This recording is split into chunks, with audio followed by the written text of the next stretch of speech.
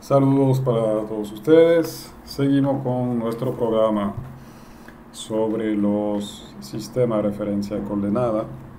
Ya la semana pasada hablamos un poco de la latitud, la longitud, cómo se calculan, y hablamos de coordenadas geográficas, coordenadas cartográficas. Ya deben tener claro eso, la diferencia entre esos dos tipos de coordenadas. Hoy vamos a hablar de la forma de la Tierra. Entonces recuerden que para plasmar esa cuadrícula de coordenadas necesitamos tener una superficie matemática sencilla, que en nuestro caso se llama el elipsoide. Vamos a hablar de eso. Luego hablaremos de los sistemas de proyección, o sea, cómo pasamos de coordenadas sobre una esfera achatada a coordenadas sobre un mapa plano, y pasar de coordenadas geográficas en ángulo a coordenadas generalmente en metro, lo que nos permite hacer cálculos de distancia y demás de forma sencilla. Y por último veremos unas prácticas sobre el tema de las coordenadas, o sea, cómo medir o leer las coordenadas de un punto en el mapa, y ver que hay diferentes sistemas de coordenadas en un mismo mapa. Se puede dar el caso, como se da en el caso de la zona topográfica que tenemos en el país. Hay tres preguntas fundamentales: cómo ubicar un objeto sobre la superficie de la Tierra para representarlo con precisión sobre un mapa. Ya eso lo vimos, es decir, lo medimos en terreno, midiendo ángulos de latitud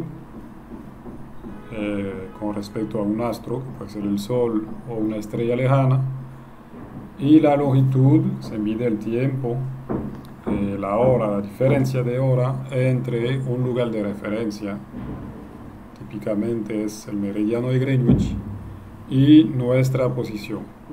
La diferencia de hora nos da una indicación sobre nuestra diferencia de longitud con ese punto.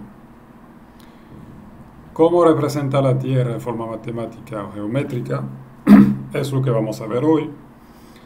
Igual que cómo pasar de una representación elipsoidal, una esfera achatada, a una representación plana. Ya hablamos de la latitud, de la longitud. Entonces la latitud phi, la longitud lambda, son ángulos. Se pueden expresar en grados decimales, grados con minutos y minutos decimales, y grados, minutos y segundos. Y podemos tener decimales de segundos también. Vimos cómo se calcula la latitud usando, por ejemplo, la estrella polar, Polaris. El ángulo entre el horizonte y la posición de la estrella polar en el cielo nos da la latitud. También dijimos que se puede medir en comparación con el Sol, y para ambos casos se puede usar eso, un sextante. Vimos cómo calcular la longitud usando la diferencia de hora cuando el Sol está a su punto más alto en el cielo. Diferencia de hora entre un meridiano de referencia, típicamente el meridiano de Greenwich, que tenemos aquí, y el meridiano de mi longitud de interés.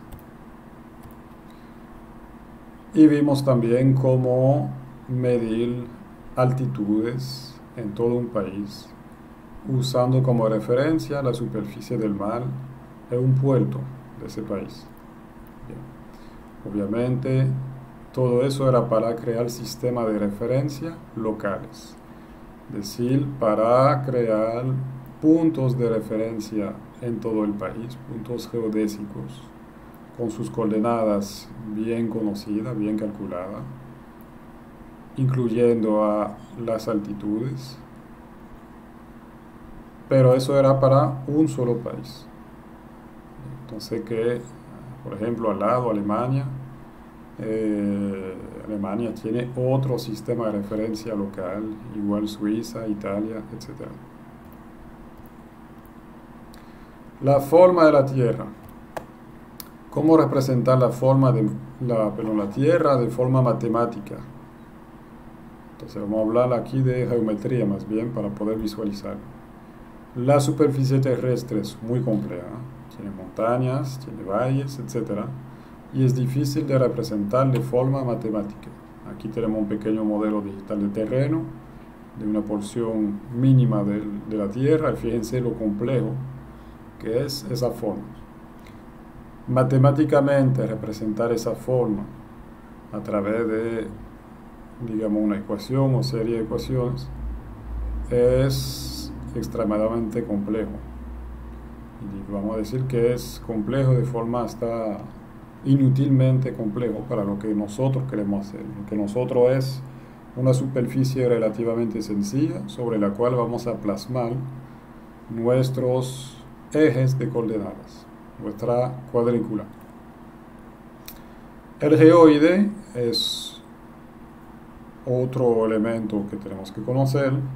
Es la superficie equipotencial del campo gravitatorio terrestre, es decir, es una superficie que corresponde a un campo de gravedad en el que ese campo de gravedad, todos los niveles de aceleración de ese campo de gravedad son los mismos, y buscamos un nivel que corresponde al nivel promedio del mar.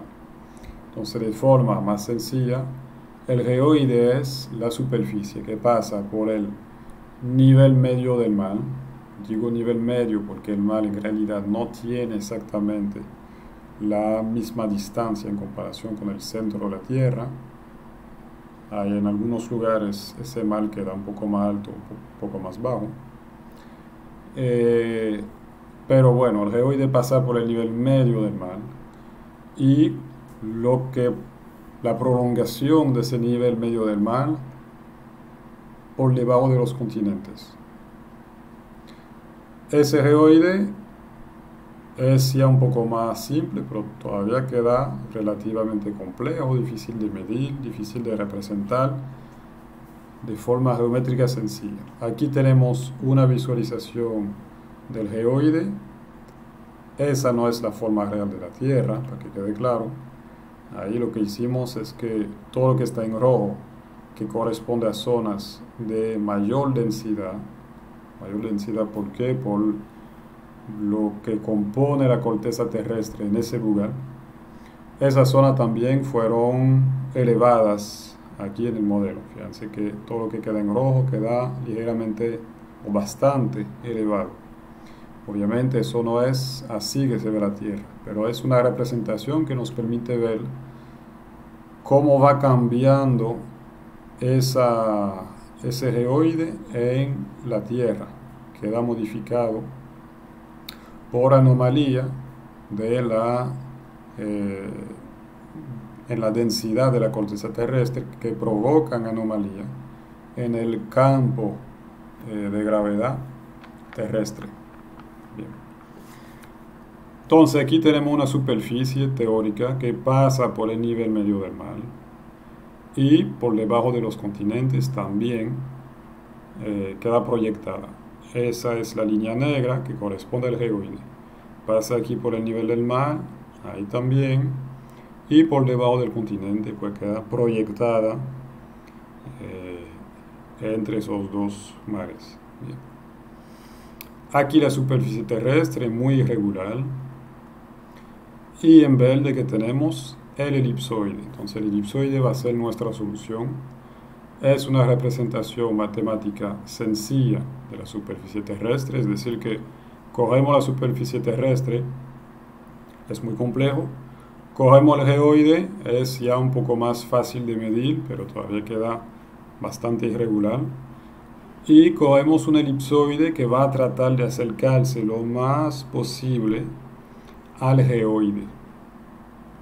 Es decir que en promedio, obviamente aquí hay una gran diferencia, ahí también, pero de forma general, este elipsoide se acerca lo más posible al geoide.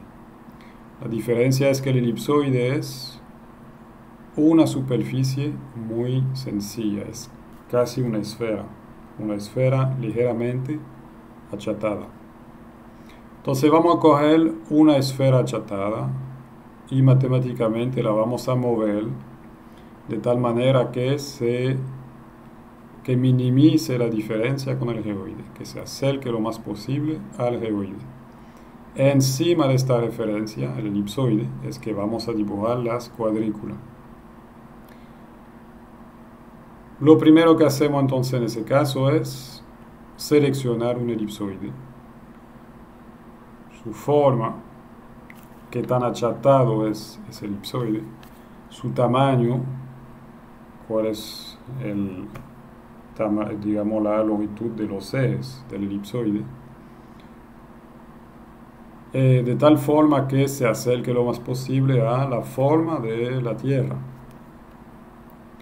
Es decir, que definimos aquí un valor de un semieje mayor, del semieje menor, si fuera un círculo perfecto, eso sería el radio, pero ya que no es un círculo perfecto que queda aplastado, aquí es un corte, es una elipse, pues tenemos dos valores, el semieje mayor, el semieje menor.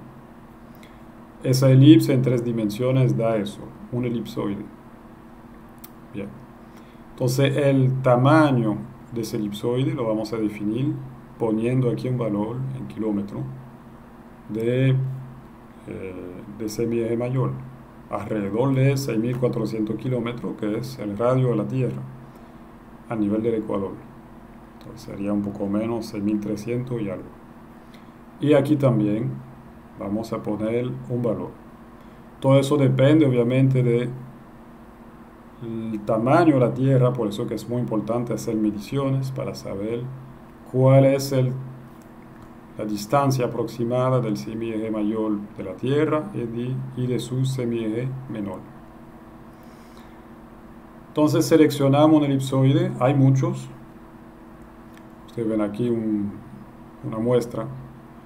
Por ejemplo, cojamos el primero que se llama Airy, 1830, aquí está la fecha en que se creó, generalmente aquí está el nombre de la persona que lo hizo. Tiene aquí su semieje mayor, está en metros. Entonces, si quitamos aquí, tenemos decámetro, hectómetro, kilómetro. 6.377.5 kilómetros para el semieje mayor. Y en esta columna, pues no nos pusieron el semieje menor, sino que nos dan una relación entre el semieje mayor y el semieje menor, que se llama la excentricidad, que nos dice qué tan achatada es esa esfera. Es decir, el valor ahí que va variando nos dice si estamos en presencia de una esfera perfecta o al contrario de un elipsoide bastante achatado. Después de tener ese semieje mayor y ese factor de excentricidad, o el semieje mayor y el semieje menor, ¿qué tenemos que hacer? Tenemos que, matemáticamente de nuevo, mover ese elipsoide para que pegue lo mejor posible con el geoide en el lugar de interés. Lo que tratamos de hacer es de minimizar los errores en el lugar de interés. Por ejemplo, si vamos a hacer un mapa sobre la República Dominicana, un sistema de referencia local va a ubicar el elipsoide de tal manera que se acerque lo más posible al geoide en la República Dominicana. Para eso entonces, si es un sistema local, si es un sistema que permite crear mapas para un solo país, típicamente, o una sola región, se define un punto fundamental en la superficie. Es decir, que se define un punto, típicamente en el centro del país, en el que el elipsoide coincide exactamente con el geoide. Sobre ese punto no hay distorsión. Mientras más nos alejamos de ese punto, mayor pueden ser las distorsiones en el mapa. O si creamos un sistema global, es decir, si queremos crear un mapa que permite representar el mundo entero, lo que vamos a hacer en ese caso es crear, o sea, mover nuestro elipsoide de tal manera que se acerque al geoide de forma general, de forma mundial. Se puede provocar muchos errores en algunos lugares, pero de forma general se acerca al geoide. En ese caso no tenemos un punto fundamental en la superficie, sino que tratamos de ubicar el centro de nuestro elipsoide en comparación con el centro de la Tierra. Cuando definimos un sistema de referencia, entonces, para coordenadas, definimos qué elipsoide vamos a usar, definimos dónde se va a encontrar ese elipsoide, si se acerca a un país, al geoide de un país o al geoide global, y definimos las unidades de ese sistema de referencia. Es decir, por ejemplo, si estamos en coordenada geográfica, las unidades son ángulos. Y vamos a definir un meridiano de referencia, típicamente el meridiano de Greenwich, pero ha habido otros sistemas de coordenadas que usaban el del Observatorio de París, por ejemplo. Y vamos a definir el paralelo de referencia, que siempre es el ecuador. Por último, las altitudes que vamos a medir en ese sistema de referencia, sistema de coordenada, son alturas encima del elipsoide. Es decir, que nuestra referencia ahora para todo, para las tres coordenadas, las coordenadas de planimetría, latitud, longitud, y las coordenadas de altitud, están basadas en nuestra superficie geométrica sencilla, que es el elipsoide. En lo ideal quisiéramos tener altitudes sobre el geoide, porque lo que nos permite es medir las altitudes realmente es el geoide, ya que el geoide corresponde al nivel medio del mar. Es decir que de nuevo aquí tenemos la superficie terrestre irregular. Aquí en rojo tengo el elipsoide, superficie matemática sencilla. En verde, algo más complejo, tengo el geoide, que varía en función de la densidad del material que tenemos en la corteza terrestre. Pero lo que usamos, lo que debemos de usar como referencia para altitudes es el geoide, que estemos encima del mar o que estemos encima de un continente. Dijimos que el elipsoide se acerca lo más posible al geoide, pero puede haber diferencias, como aquí el valor n. Por lo tanto, cuando estoy en el tope de la montaña y mido mi altitud, si la mido con GPS encima del elipsoide, lo que mido es h grande. Cuando en realidad mi altitud es h pequeño sobre el geoide. Bien, entonces en ese caso se puede hacer, después de tomar el punto, se puede hacer una corrección para calcular la altitud verdadera. Aquí tenemos el sistema de referencia coordenada de una capa de división provincial, municipal, distritos municipales de la República Dominicana. Es una capa que podemos visualizar en un sistema de información geográfica. Esa capa tiene su sistema de referencia coordenada. Es decir, cualquier punto que se usa para marcar las divisiones tiene unas coordenadas que se usan en un sistema de referencia coordenada. El sistema de referencia de coordenada que usa se llama WGS84. Entonces cuando abrimos un archivo de esa capa podemos encontrar esto. Aquí nos dice cuál es el sistema de referencia coordenada. Son coordenadas geográficas, se llama así, WGS 1984. Datum nos dice las características de ese sistema, de la referencia para el sistema de coordenada, que es el elipsoide. Entonces aquí nos dice cómo se llama el elipsoide. Resulta que tiene el mismo nombre que el sistema de coordenada. El elipsoide se llama WGS84. Aquí tenemos el semieje mayor, entonces 6.378 kilómetros, eso está en metro. Y aquí tenemos la excentricidad, nos dice qué tan achatada es, o sea que es la esfera para ese elipsoide. Y luego nos dice cuál es el meridiano de referencia, Greenwich. En Greenwich entonces tenemos una longitud de 0 grados. Y nos dice cuál es la unidad. La unidad que vamos a usar para ese sistema son los grados, en inglés degree. Aquí vemos dos sistemas de referencia locales. Bien. En verde está el geoide, la superficie medio del mar. En amarillo tenemos un elipsoide, representamos solamente una parte, obviamente eso matemáticamente se proyecta más hacia la derecha también. Y aquí otro, que también pertenece a un elipsoide. ¿Por qué tenemos dos? Porque hay uno que está elaborado para América del Norte, digamos que aquí está el Océano Atlántico.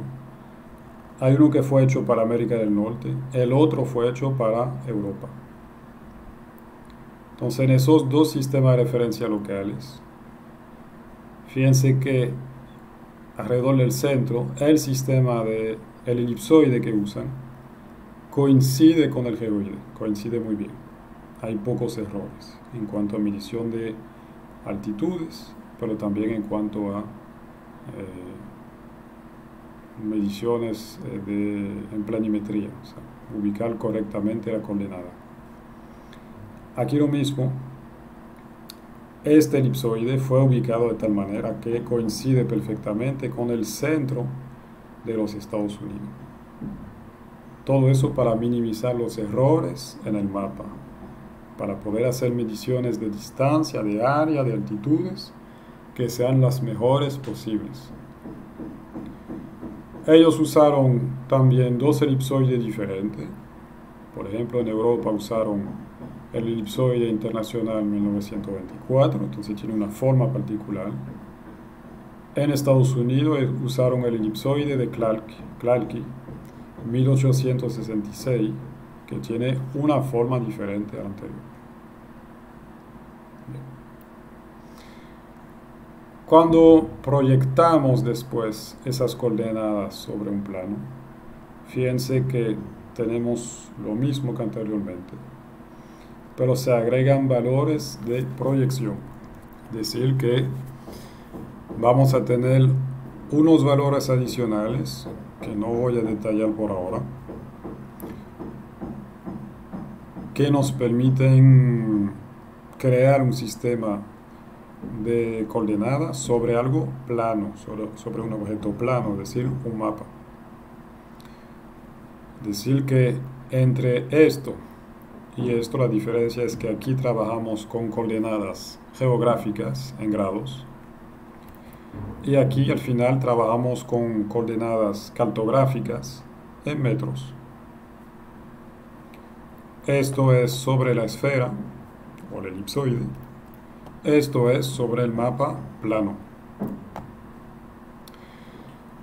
Hace poco, todo es relativo, pero desde los años 80 solamente, pudimos conocer muy bien ese geoide.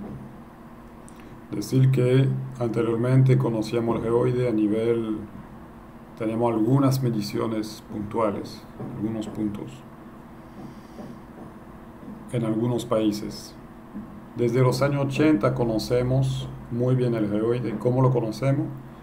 Pues en particular porque tenemos satélites que giran constantemente alrededor del planeta y nos dan una información sobre el geoide, en particular las órbitas de esos satélites queda modificada en función de la densidad de la corteza terrestre que le queda por debajo.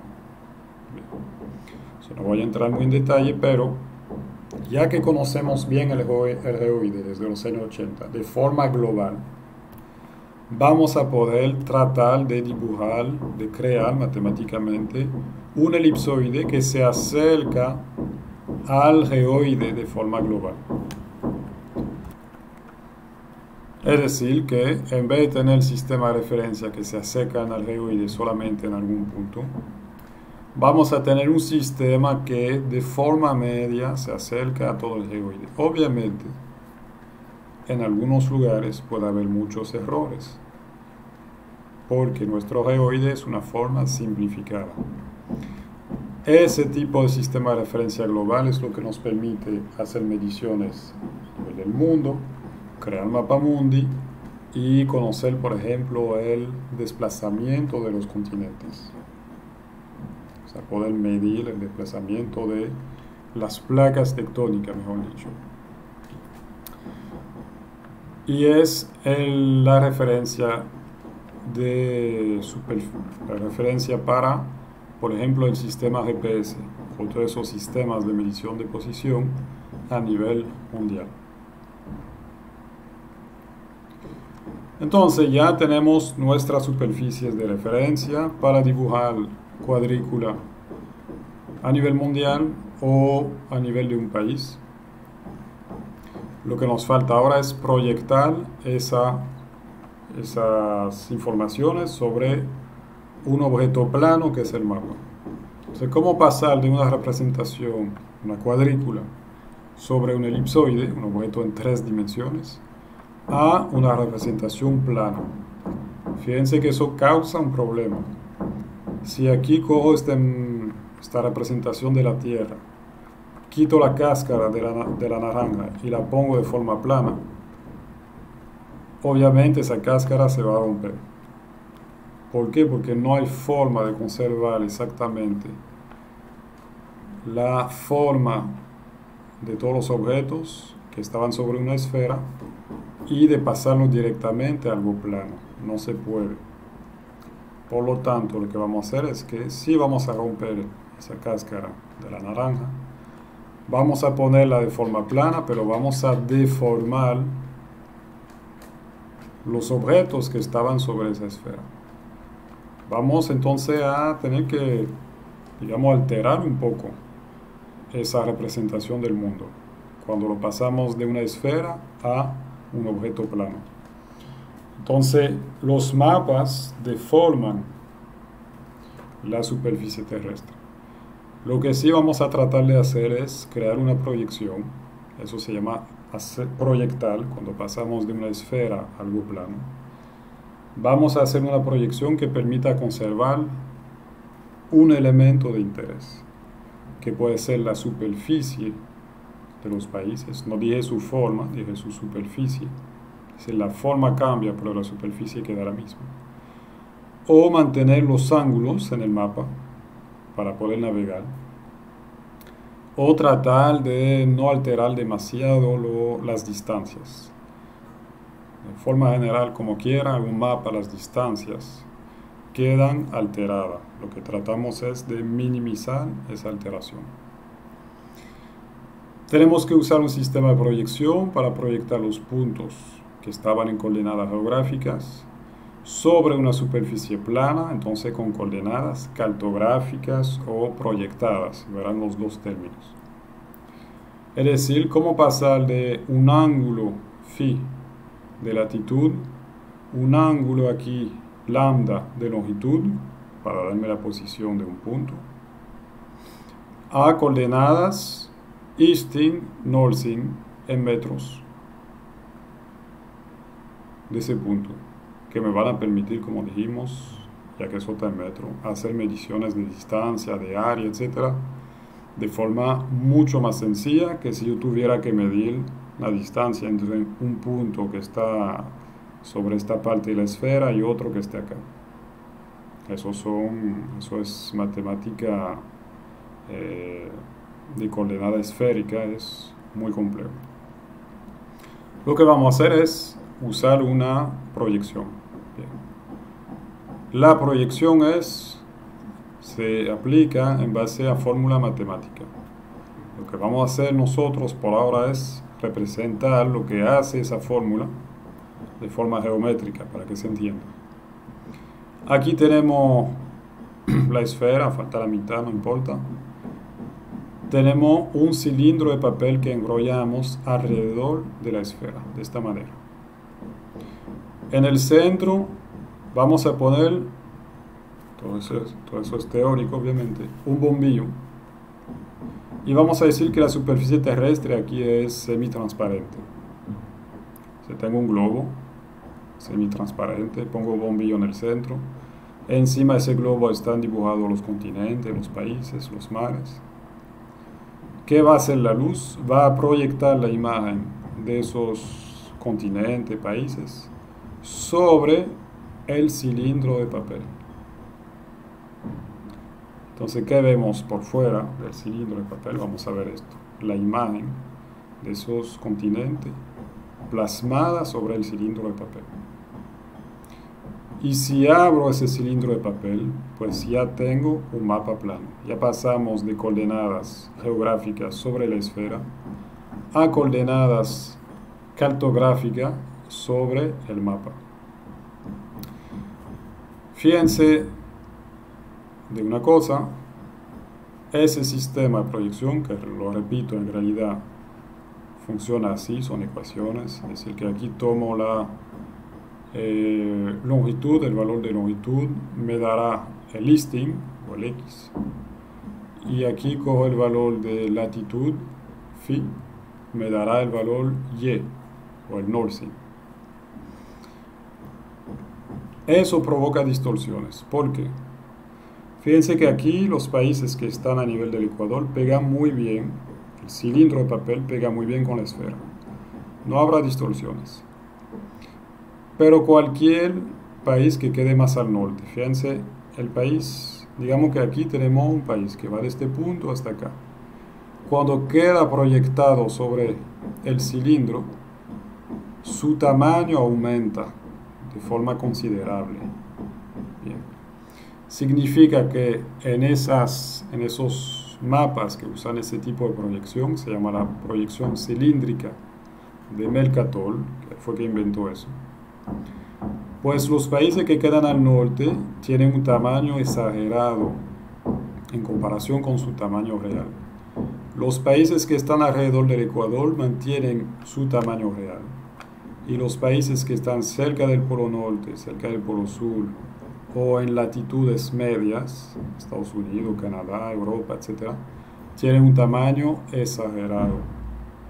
Conclusión, ese tipo de mapa no conserva las áreas. No puedo usar un mapa así para medir el área de una parcela agrícola, por ejemplo. Se puede fijar de nuevo aquí mirando las líneas, los paralelos. Fíjense de que la distancia entre paralelos, aquí una variación de 20 en 20 grados. Aquí tengo una distancia corta. Y ahí entre los 40 y 60, son 20 grados de nuevo de diferencia, tengo una distancia larga. Ese mapa fue creado no para conservar áreas, sino para conservar los ángulos. Es decir, que ese mapa sí es bueno para calcular un rumbo, un azimut, y navegar, por ejemplo, de Europa hasta América. Para esos fines fue creada esa proyección. Lamentablemente es el tipo de mapa que tenemos en las aulas generalmente y nos da una visión errónea del mundo. O sea, no fue hecho a propósito, simplemente las personas que imprimen que deciden de los mapas que se van a plasmar en las escuelas, no saben de eso, y usaron, digamos, la proyección equivocada. Usaron una proyección que se usa para navegar, para mantener ángulos, en vez de usar una proyección que mantiene la superficie. Conclusión, nos da la sensación de que Groenlandia es una isla gigantesca, casi tan grande como África. Y en la realidad no es así. Canadá parece mucho más grande de lo que es. Estados Unidos también. Rusia, que es el país más grande del mundo, no es tan grande como aparece aquí en el mapa, etcétera, etcétera. Y es un error porque da una percepción mala del mundo. Es decir, que pensamos que África es un continente pequeño, lleno de pequeños países, cuando en realidad es un continente grande, muy grande, lleno de países de gran tamaño. Entonces hay diferentes tipos de proyecciones. Lo que vamos a tratar es minimizar los errores de distancia, de ángulo o de superficie, pero no podemos tener todo junto. Están, por ejemplo, los mapas que conservan los ángulos, los agrupamos bajo el nombre de proyecciones conformes, para que se usan para navegar.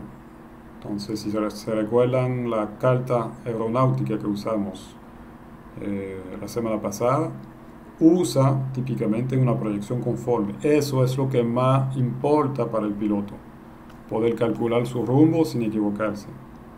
No puede haber ningún error en los ángulos de ese mapa.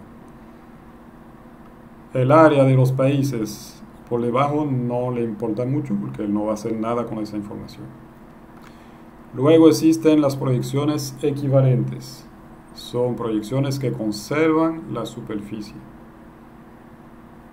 ¿En qué contexto necesitamos esos mapas? Por ejemplo, en catastro. Para catastro necesitamos tener mapas que permiten, sobre el mapa, calcular el área de una parcela, para luego cobrar impuestos, etcétera, etcétera. Y existen proyecciones filácticas que no conservan ni los ángulos ni la superficie, que tratan de conservar las distancias, pero eso igual ahí también en las anteriores, pero conservan distancias solamente sobre una o dos líneas, no pasa de ahí. Aquí entonces la proyección cilíndrica de Mercator, esta es conforme, buena para navegación, mala para áreas. Fíjense el tamaño de Groenlandia aquí. Otra proyección conforme, pero se llama la conforme de Lambert. Aquí una proyección equivalente. Ese es un mapa que se puede usar para representar el tamaño de los objetos. Decir que ahí vemos el tamaño real. Esto es Groenlandia y esto es África. África sí queda mucho más grande que Groenlandia. Otra proyección equivalente, lo mismo.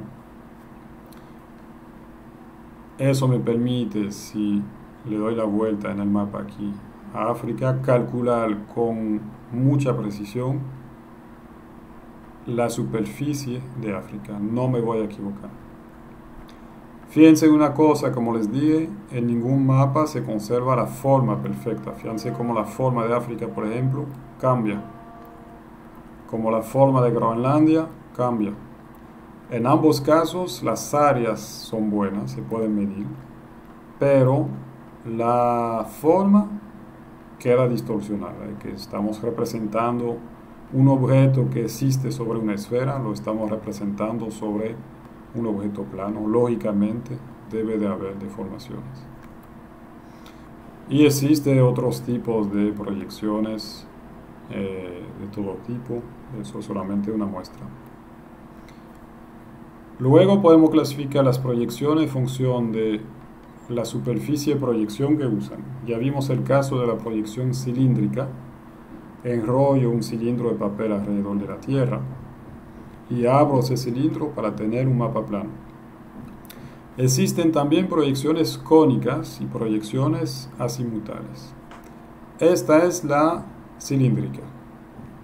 Esta es la cónica, tenemos de forma teórica, ¿no? De nuevo, eso es matemático, pero de forma teórica tenemos un cono de papel que envolvemos alrededor de la Tierra. Cuando abrimos ese cono, nos da una proyección cónica. Y aquí tenemos la proyección azimutal, que se usa en particular para los polos. Simplemente tengo un mapa, una hoja plana, que entra en contacto de forma tangente con la esfera. Si ahí tenemos en el centro el bombillo, pues todos los países quedan proyectados sobre esa hoja de papel. Bien. Fíjense la diferencia en los paralelos. La proyección cilíndrica, los paralelos son líneas paralelas, ahí viene el nombre. En la cónica, cuando abrimos el cono, los paralelos son líneas curvas, realmente concéntricas, si pudiéramos dibujarla entera. Y en la proyección azimutal también son líneas concéntricas alrededor del punto central, que aquí sería el polo norte. Es decir, que aquí tengo un paralelo y ahí tengo otro. ¿Por qué tenemos esos tipos de proyección? De nuevo, lo que queremos es minimizar el error. Si yo voy a dibujar un mapa sobre Europa, si uso la proyección cilíndrica que pasa por el ecuador, el error va a ser grande. Al momento de proyectar Europa sobre la hoja de papel, las distorsiones de superficie van a ser enormes. Al contrario, si para Europa uso un cono de papel que pasa, que es tangente a la esfera a nivel aquí de Europa, pues me permite minimizar el error. Tendré un mapa más preciso para medir distancias, áreas, etc. Y aquí lo mismo, si quiero hacer un mapa sobre el polo norte, no puedo usar la proyección cónica, mucho menos la cilíndrica. En la cilíndrica el norte ni siquiera aparece, o aparece como una línea, es decir, el punto del polo norte en teoría aparecería como una línea. Pero puedo usar la azimutal, que queda perfecta para representar ese tipo de espacio, polo norte y polo sur. Un caso particular es que esos objetos realmente los puedo mover. O sea, yo podría hacer una azimutal tangente aquí de forma vertical, tangente a África. El cono también se podía mover, etc. El cilindro inicialmente en la proyección de Mercator se pone de forma vertical para hacer tangente alrededor del ecuador. Pero podemos poner ese cilindro de manera transversal para crear una proyección que permite pegar muy bien, minimizar el error, alrededor de ¿qué? De un meridiano. Entonces, si quiero representar un territorio que queda extendido de sur a norte, esta es una representación que va a permitir minimizar el error en todo ese territorio. Entonces hay otra forma de ubicar ese cilindro teórico de papel alrededor de la esfera para minimizar el error. En este mapa aquí entonces, todo lo que queda entre esas dos líneas discontinuas queda con un error minimizado. Si quiero representar el centro de África, puedo usar esta proyección cilíndrica transversal. Bien, aquí una pequeña explicación de qué tipo de proyección vamos a favorecer al momento de crear una proyección para un país. Depende de si queremos representar el mundo entero, un hemisferio, continente, países, etc. Y aquí tenemos una fracción de la esfera que queremos mapear. El mundo entero hasta una porción muy pequeña. Si quiero representar, por ejemplo, un hemisferio, típicamente vamos a usar la azimutal. Si quiero representar el área polar, ahí tenemos la variación en latitud, desde 0 hasta 90, desde el Ecuador hasta los polos. Si quiero representar una zona polar, como les había comentado, usamos la simultánea. Si quiero representar áreas de latitud media, los países templados, por ejemplo, que representa entre una sexta y, vamos a decir, 1 de 12 partes del mundo, vamos a usar la cónica. Y si quiero representar un área que queda cerca del Ecuador, entre 0 y 15 grados de latitud, igual con un área que corresponde a un continente o un país, voy a usar la cilíndrica. Aquí un ejemplo, esta es la proyección que usa Francia. Fíjense que en Francia se usa una cónica. Como habíamos comentado, Francia está en los países templados, alrededor de 45 grados de latitud, por lo tanto, tiene más lógica usar un cono de papel que pega perfectamente con ese territorio. Cuando abrimos ese cono, ¿qué tenemos? De nuevo, lo que habíamos comentado, los paralelos, esas líneas rojas, ya no son paralelos, sino que son pedazos de círculo concéntrico, alrededor de un punto que es el norte geográfico. Bien. Esto es lo que vamos a poner dentro del espacio de la hoja de papel con nuestro eje Easting X y Northing Y. Y eso es lo que explica por qué en sus hojas topográficas tenían 3 norte: el norte magnético, que no nos interesa por ahora, el norte de la cuadrícula y el norte verdadero. ¿Por qué? Porque en rojo tenemos los meridianos que apuntan todos hacia el norte verdadero, el norte geográfico. Mientras que en azul, si conectamos esas crucecitas azules, vamos a tener líneas que están basadas en los ejes X y Y, que son líneas paralelas al eje Y. Es decir que ese norte cuadrícula en realidad no apunta siempre hacia el norte. La única línea paralela a Y que apunta hacia el norte verdadero geográfico es la que pasa por aquí. Todas las demás apuntan hacia cualquier otra dirección. Bien, conclusión: si ustedes quieren saber dónde queda el norte geográfico, no miren esas líneas que conectarían las crucecitas azules. O sea, no miren el norte de la cuadrícula, no les aporta nada, sino miren esas líneas que son los meridianos que van hacia el norte. Otro ejemplo aquí con el Reino Unido, parte del Reino Unido. Tenemos aquí la proyección cilíndrica transversal de Mercator. Bien. ¿Qué significa esto? Que ellos, para este país, que tiene una extensión muy sur-norte, digamos, es mucho más lógico usar una proyección transversal como esta, cilíndrica transversal, que permite pegar muy bien con todo el país desde el sur hacia el norte. Es decir, que a pesar de que Reino Unido queda más o menos a la misma latitud que Francia, más o menos, ellos usaron otro sistema de proyección porque su país tiene una extensión sur-norte. Entonces, usando la cilíndrica transversal le permite minimizar el error.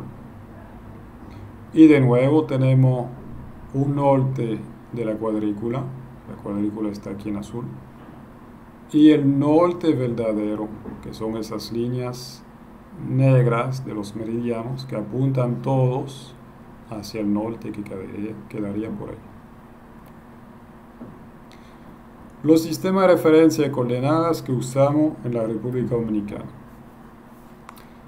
Usamos el NAD 83. NAD significa North American Datum, sistema coordenada de América del Norte, basado en el NAD 27. Entonces esos números corresponden a las fechas, el año 83, el año 27, y esos sistemas de referencia fueron creados para América del Norte y, digamos, extendidos para ser usados sobre el Caribe, pero en realidad fueron creados para América del Norte. El punto fundamental, si se acuerdan, es el punto en que el elipsoide pega perfectamente con el geoide, está en el centro de los Estados Unidos. Conclusión: cuando usamos el NAD 27 en la República Dominicana, obviamente vamos a tener errores en mediciones de distancia, por ejemplo. Estamos muy lejos de ese punto fundamental. Está basado en el elipsoide de Clarke 1866, que movemos de tal manera a pegar muy bien con el geoide en el centro de Estados Unidos. Y como les dije, es un sistema que luego ha sido adoptado por Estados Unidos, Canadá, México, parte del Caribe, etcétera, etcétera. En base a ese NAD 27, entonces fue modificado en el 83 para crear un modelo con elipsoide mundial. Es decir, que esto era un sistema de referencia local para el norte de América. El nuevo es un sistema de referencia que se usa en Norte de América, pero el elipsoide está basado sobre el geoide global del mundo entero. De nuevo, como siempre, las altitudes que vemos en el mapa no son altitudes, en realidad son alturas encima del elipsoide. No estamos midiendo altitudes sobre el nivel del mar, pero el error queda minimizado.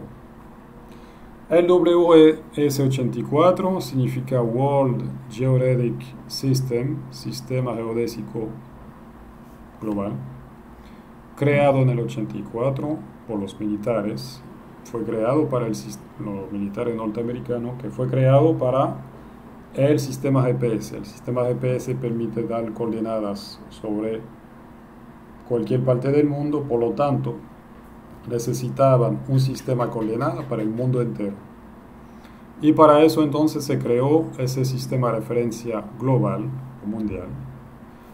WGS84 es el nombre de todo el sistema de referencia coordenada y también es el nombre del elipsoide que él usa. O sea que se creó un elipsoide específicamente para ese sistema de referencia coordenada, creado por el sector espacial militar, sistema de referencia que usa el sistema GPS. Entonces luego el GPS lo puede convertir en otro sistema de referencia coordenada, pero inicialmente lo va a plasmar sobre ese elipsoide.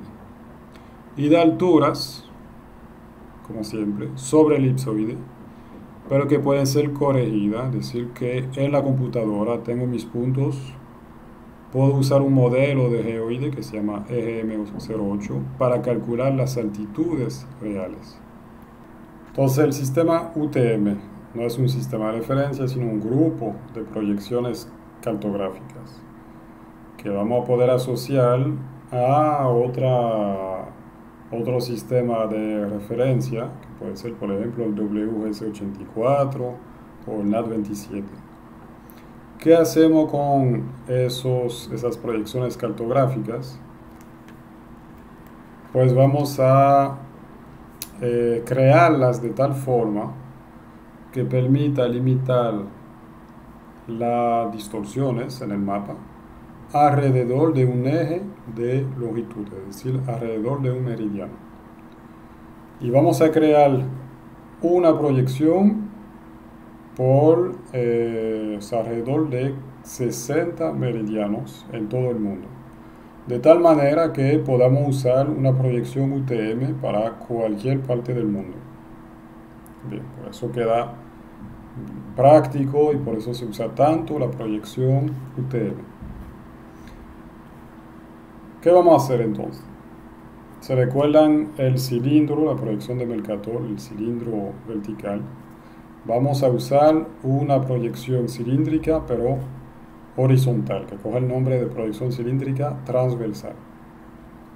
De tal manera que el cilindro de papel pegue muy bien con un meridiano y de hecho con el meridiano opuesto del otro lado de la Tierra. Por ejemplo, aquí sería el meridiano de Greenwich y aquí sería el meridiano de los 180 grados este o oeste.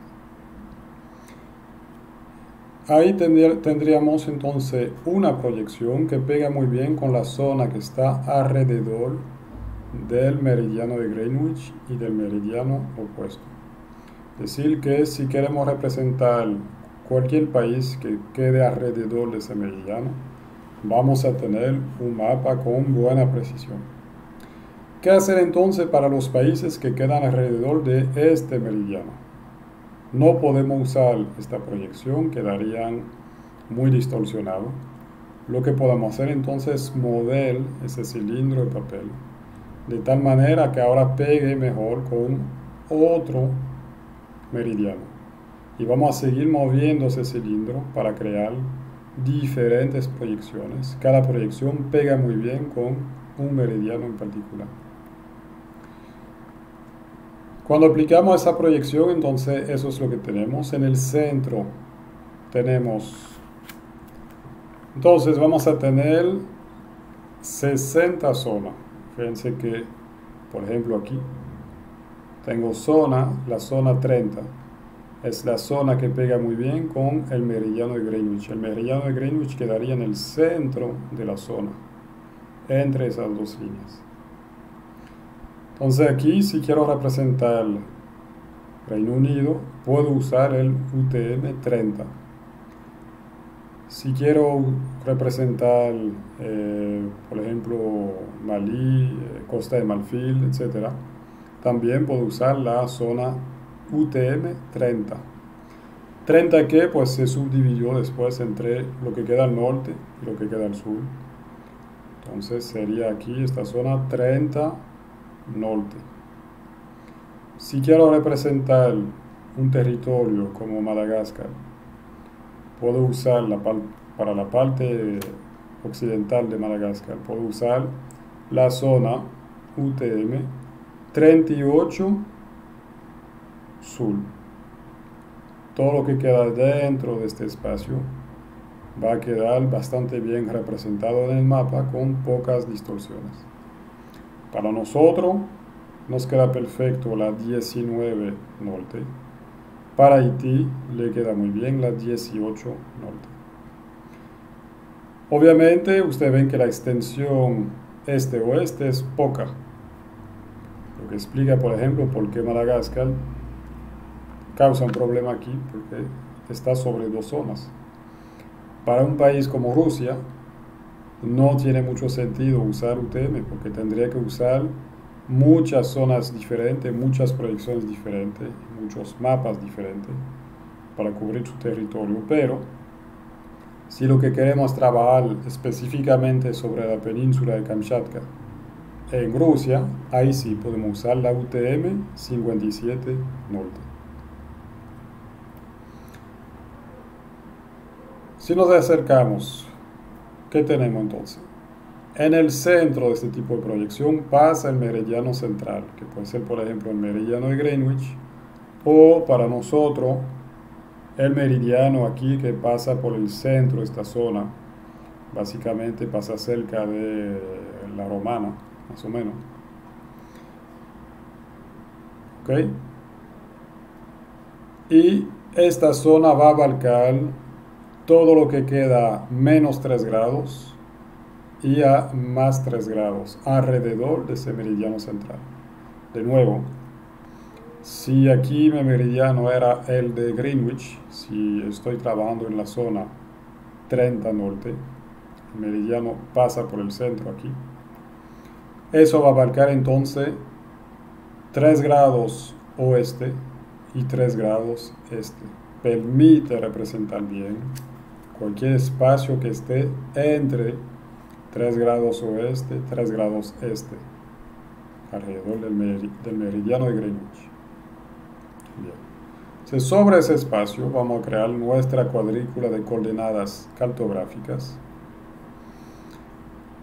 El punto de origen va a quedar muy fuera de esta zona. Es decir, que vamos a crear lo que se llama un false listing, un listing falso. En vez de poner el listing aquí, lo vamos a ubicar 500 kilómetros más hacia el oeste en comparación con el meridiano central. Es decir, que el punto quedaría por aquí abajo. Aquí abajo estaría, y donde está el ecuador realmente, donde está la línea del ecuador y donde está ese punto que está aquí 500 kilómetros de distancia del meridiano central, por ahí está mi punto de origen. De tal manera que cualquier coordenada de mi mapa quede positiva y eso facilita los cálculos de distancia y demás. Y entonces los puntos lo vamos a expresar en metros. Aquí pusimos kilómetros para simplificar un poco la visualización. Pero cualquier mapa tiene sus coordenadas en metros. Fíjense que si representamos aquí la República Dominicana, queda aplastada porque la escala vertical y horizontal no es la misma. Como dijimos, el meridiano central pasa más o menos por la Romana.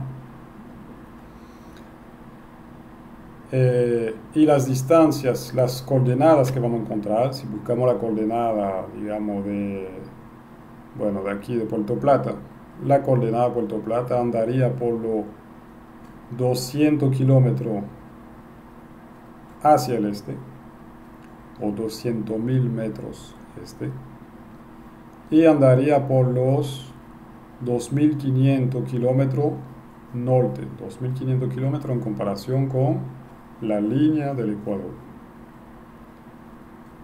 o 2.500.000 metros norte. Ahí está entonces la coordenada de Puerto Plata en coordenadas cartográficas. Típicamente sería WRS84, eso es el elipsoide y su ubicación. UTM, Universal Transverse Mercator, Mercator Universal Transversal. 19 Norte, esa es la zona que nos permite representar en particular la República Dominicana. Si vemos una hoja topográfica, ustedes ven que tenemos una cuadrícula negra, líneas horizontales y verticales. Estamos aquí en la Isla Beata. Esas coordenadas las podemos leer directamente sobre esas líneas en el mapa o abajo, o sea, digamos en el borde del mapa. Vamos a acercarnos a la esquina inferior aquí. Ustedes ven que hay tres colores diferentes, es decir, que tenemos tres coordenadas representadas de forma diferente en el mapa. La que corresponde a las líneas negras son las negras. Las azules tienen una rayita ahí que podemos extender con una regla. Las rojas tienen otra rayita. Entonces vamos a enfocarnos en la principal, que es la que se usó para dibujar la cuadrícula en el mapa. Son las coordenadas negras. El mapa nos dice, una parte del mapa, nos dice qué son esas coordenadas. Fíjense aquí. Black number lines, línea con números negros, son coordenadas en UTM 19 norte realmente. ¿Okay? Sobre el elipsoide de Clarke 1866. Entonces vamos a usar esas coordenadas para medir la coordenada de un punto cualquiera. ¿Cómo lo hacemos? Tengo aquí mi Isla Beata. Vamos a acercarme. Estoy, por ejemplo, aquí perdido en el mar. Estoy precisamente aquí. ¿Cuál es mi coordenada? Recuerden que voy a tener que dar dos. Una sobre este eje que se llama el listing, hacia el este. Otra sobre este eje vertical, que se llama el Nordsing, hacia el norte. Mi coordenada aquí, ¿cuál es? Yo leo aquí 23 y leo aquí directamente un valor completo. Vamos a empezar con esta. 23, ¿qué es? Obviamente mi coordenada aquí no es 23. Mi coordenada es, debo empezar desde este número. 222.000 metros este. Eso es la coordenada de cualquier punto que esté sobre esa línea. Fíjense que el número 22 está en grande, aparece en grande aquí. ¿Por qué? Porque luego los demás números reemplazan el número 22. Es decir, que la coordenada que tengo aquí es 223.000 metros este. Esa es la coordenada de Easting de mi punto. 223.000 metros oeste. Ahora yo sé que estoy sobre cualquier punto de esta línea. Vamos a calcular la otra. Si miramos la línea, 1.937.000 metros norte. Ahí es fácil porque tengo el valor completo del Nordsing. Si quedo sobre esta línea, ¿cuál es mi coordenada de Nordsing? Pues reemplazo el número que está en grande, 37, por este que está en grande, 38. Es decir, que mi Nordsing sobre esta línea es 1.938.000 metros norte. Ahí tengo mi coordenada. Bien, podemos hacer otro ejemplo. ¿Cuál es la coordenada del punto que está aquí? Vamos a empezar con el Nordsing. Veo un valor aquí de 19, por lo tanto el Nordsing es de 219.000 metros este. ¿Y cuál es la coordenada de Nordsing? Veo aquí un valor que dice 35. Bajo hacia el número que está del mismo color, el negro. 1.900.000, reemplazo esto, 935.000 metros norte. Ahí tengo las dos coordenadas de ese punto. ¿De qué me sirve? Pues me sirve para ubicarme en el mapa y no perderme. ¿Qué sucede ahora si queremos conocer la coordenada de un punto que no está sobre esas líneas? Por ejemplo, aquí la isla Piedra Negra. Pues ahí vamos a tener que usar una regla de 3 para calcular la coordenada. Me explico. Queremos conocer, por ejemplo, la coordenada de este punto aquí, donde está la punta de mi flecha, donde dice torre. ¿Qué vamos a hacer? Vamos a empezar con el Nordsing. Busco la línea del Nordsing inferior. Es esta, la que le queda abajo. ¿Cuál es la coordenada de esta línea de Nordsing? Vemos aquí un 49, me muevo para allá, de nuevo aquí dice 49. Y si se recuerdan, tengo que mirar el número que está acá. 1.949.000 metros norte. Esa es la coordenada de la línea que está acá.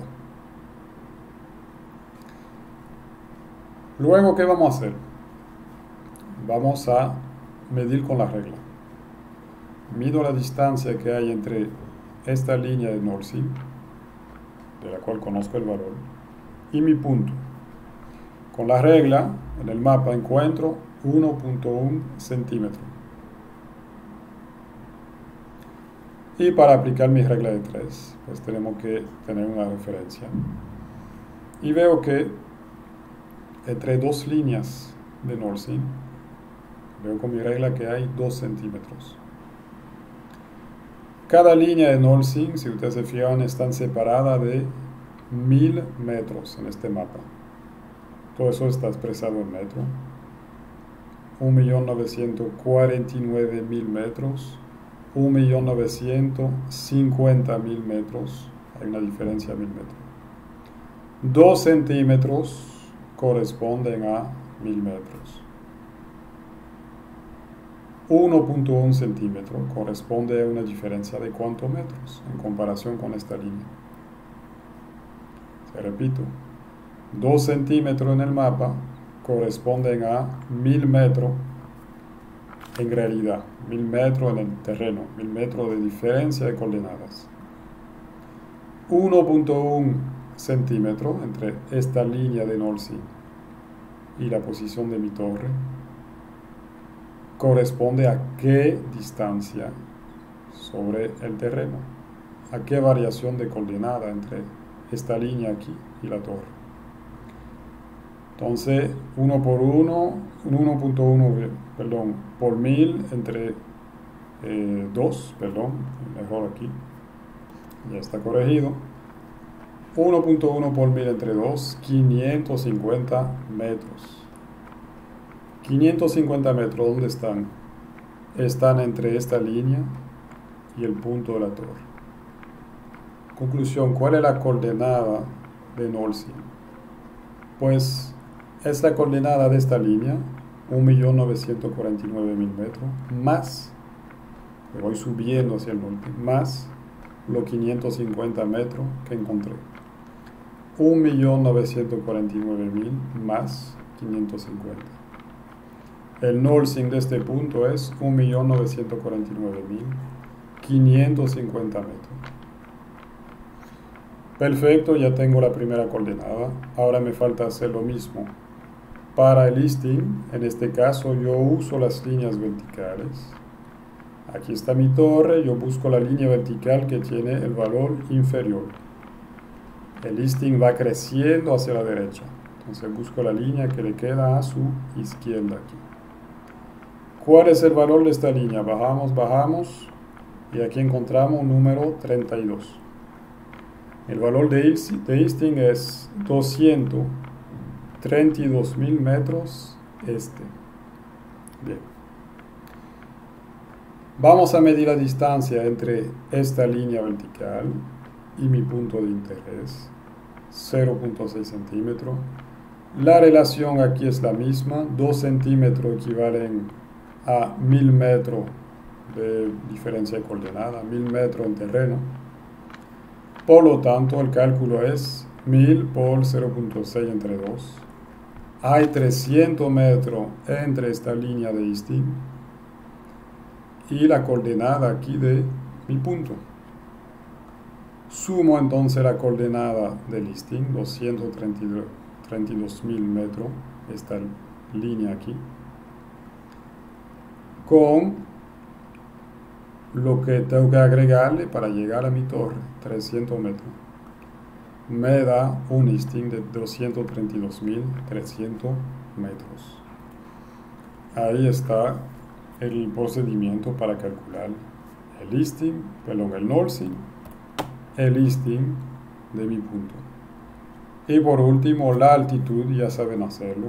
Para la altitud, miramos las curvas de nivel principal y secundaria. Aquí estamos al nivel del mar. Entonces tiene una altitud de 0 metros. Ya tengo mi punto correctamente ubicado en el espacio.